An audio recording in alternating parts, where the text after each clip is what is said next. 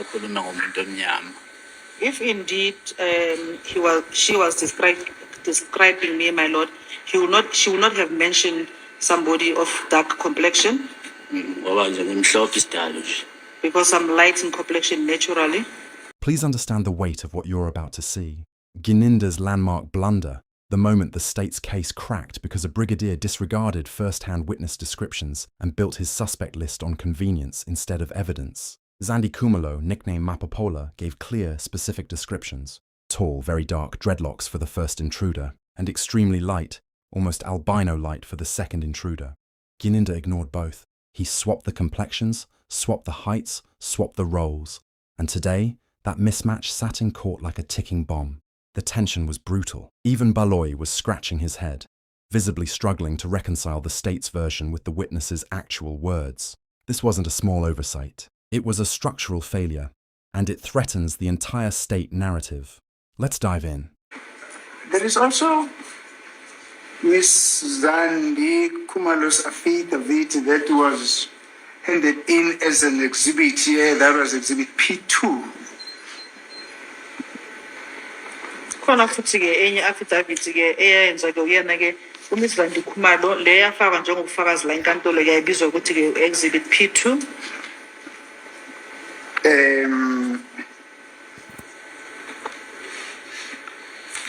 This statement was taken from her on the 6th of November 2014. Lesi statement ke wasenza ke mhla ka 6 November ngo2014. That should almost be like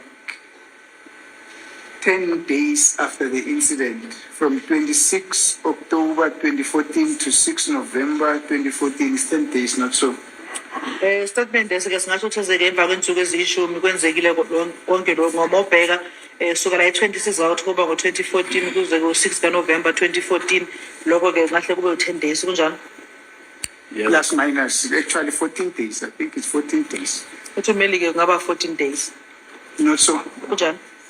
Ya kulapho nje 10 days, 11 days. Around there 10 days, 11 days, somewhere there. Yeah, now, this is how, again, she describes the suspects that got into that got into their house that she saw as a witness who was there. On paragraph 16, she states the following.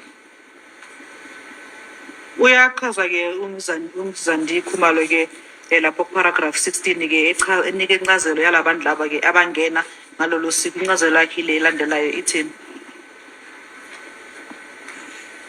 The two suspects that came into my house were unknown to me.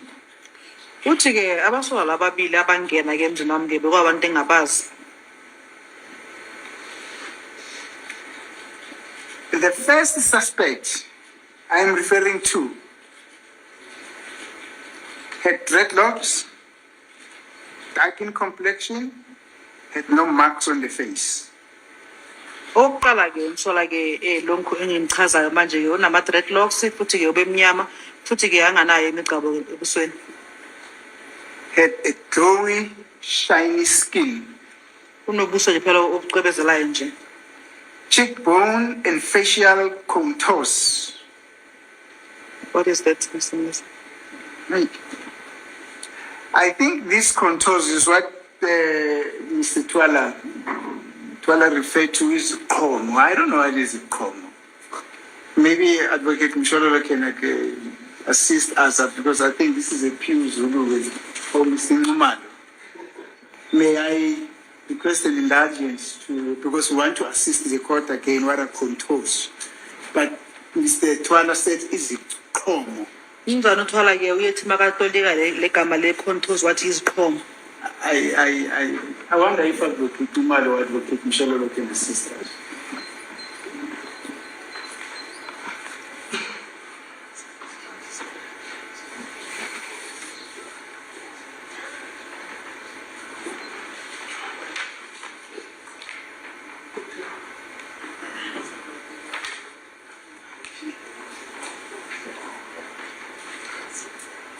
Thank you for the indulgence.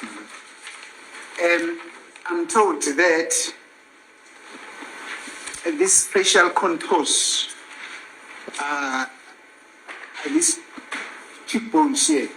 I'm told it refers to these cheekbones here. And when they say a person has got contours, it means he has these very big cheekbones, these things here. He does not have handsome one, but very high, like as in they are. Utshela umzanisi ukuthi ke yini ke ama-cheekbones isiqhomo ke la lethambuleleli la futhi ukuthi lo muntu but bezinkulu ke isiqhomo zakhe. Those are facial contours. I was assisting the sister. Thank you so much. Thank you, ma'am. And had a round face shape with big eyes. Futhi ubuso bakhe nje phela bu-round futhi unamehlo amakhulu. He was average in height. Ubelingene nje ngobude. Now in paragraph 17, he was wearing a beige, brown, bronze. Yes, he was wearing a beige, brown, bronze. I did not see the material of the in bracket jacket. In other words, I did not see the material of the jacket. Futhi ke lo muntu lo ke ubegqoke ke ijacket ke engaba umbala ke ubeige noma brown noma bronze noma ke ngingayazi imaterial enze ele jacket le beyagqokile. Now the second suspect was tall, Owesibili ke yena ubemude skinny, unomzimba nje omncane and lighter in complexion than the first suspect. ekhanya ke kudlula lo kuqala.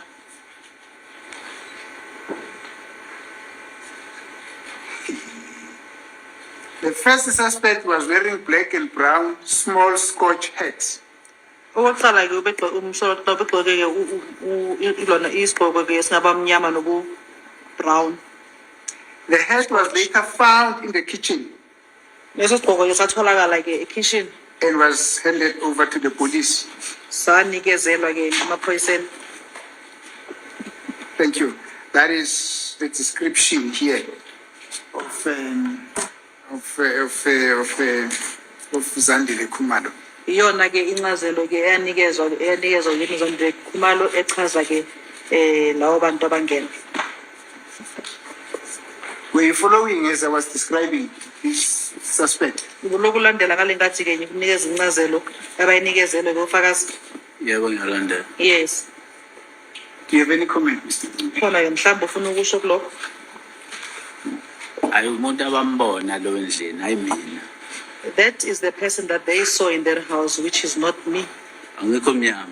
I am not dark in complexion Anginayiqhomo mina. and I don't have facial contours Azange ngigqoke isigqoko esineskoshi. and I never wore a hat that is a scotch Wakhuluma la sengiye futhi. and I've never went to the resident of the Khumalos. Thank you. Now, what do you say about the fact that Mrs. Zandile described the second suspect as even more lighter than the first suspect? In other words, if according to Brigadier Gininda, the first suspect with a firearm was you, then the suspect must have been more lighter than what you appeared there, not so? Manje ke uthini kuloko abakushoyo ukuthi ke loya ke oqala ke umsolwa ke ubekhanya ke the first was lighter than the second. According to according to this statement, according to the description of Mrs. Angeles of the second suspect, she says the second suspect was more lighter than the first suspect. Ngokuya ke ngestatement esikazandile Khumalo uyawathi ke umsolwa lo wesibili ubekhanya ukudlula lo oqala. Now, Brigadier Gininda says the first suspect was you. Manje ke uBrigadier Gininda uthi ke umsolwa ke kokuqala wena. Would that then not mean that the second suspect, who according to Zandi was lighter than the first suspect, should have been more lighter than how you appear now? In other words, you should be It should be more than how you appear now, more lighter than how you appear now. Manje uma ngabe le nkulumo le yona ke akusho lokho akusho ukuthi manje ke lo muntu oqalayo ukuthi ube khanya ukudlula ngendlela wena ukhanya ngayo. Does that not mean that? Ungasho lokho mhlawumbe. When you follow the analogy, the analogy of the description. Mawulandela ngendlela ke indlela ke bechaza ngayo ke umshora lo lo Gininda wena. Ukube kwacaca ukuthi umuntu wangena kuqala wayemnyama walandela light. He So did, ngicabanga ukuthi- he did mention that the first person that entered was dark in complexion, followed by the one who was light in complexion. Yes. Ngabantu bangela ecourt no I choose wasiba 5. Angazi ukuthi ukucabanga kwami ngicanti mina ngimhlophe ubadlula bonke. And I think as we are before the court with the other co-accused, according to my own observation, I think I'm the one who's lighter than all of them. Nalaba futhi abayi2 Maphisa noNtuli abantu abamhlophe. And we also have Mapisa and Tuli who are also light in complexion. Ngokuya kaGininda yena uthi mina ngangena endlini noNtanzi ngokuya kwakho uGininda. Yes. According to Brigadier Gininda's statement, he said, I entered the premises with Ntanzi. uNtanzi manje ngibhekile akayeli nokuba light complexion. And looking at Ntanzi, he does not even come closer to be a light, to have come closer to be light complexion. Ngimhlophe kakhulu kuNtanzi. I'm lighter than Ntanzi. So ingakho ngithi abantu abasendlini bayabona lo muntu abambona omnyama bona. That is why I'm saying to the court, the persons that were in the house, they saw the person that they saw who was dark in complexion, Lokwangisimina. which was not myself. Thank you. Let's call it what it is. Gininda didn't investigate a crime. He cooked a case. He took witness descriptions like ingredients, tossed them into a pot of confusion, and served the court a steaming plate of contradiction. Garnished with arrogance and sprinkled with incompetence, Mapopola said tall, dark, dreadlocked for the first intruder. She said extremely light and short, albino light for the second. Crystal clear, but Gininda decided he was smarter than the witness, swapped the roles, flipped the facts, and built a version that could only exist in a fiction section of a police library. That's not policing. That's culinary corruption. A recipe for injustice, slow cooked until the truth evaporated. And the courtroom felt it. The air was heavy, the tension surgical. Even Baloy was scratching his head, watching the state's narrative collapse like a soufflé under cross heat. This wasn't a blunder. It was a deliberate defeat of the ends of justice, dressed up in uniform and served with a straight face. Gininda didn't just bend the truth, he deep-fried it. Today the courtroom tasted the real flavor, and it was burnt. Now it's your turn. If you caught the moment Baloy started scratching his head like he was trying to reboot the state's storyline, tell me. Did you see the exact second the case fell apart? Do you think this blunder is recoverable for the state, or is the pot already cracked? Which part of Gininda's cooked narrative shocked you the most? Drop your thoughts below. I read every single one. Your engagement is the reason this channel keeps exposing the smoke and mirrors. Thank you for watching, for thinking critically, and for refusing to accept courtroom fiction disguised as fact. Stay sharp, stay loud, stay Skybridge. See you then. Goodbye.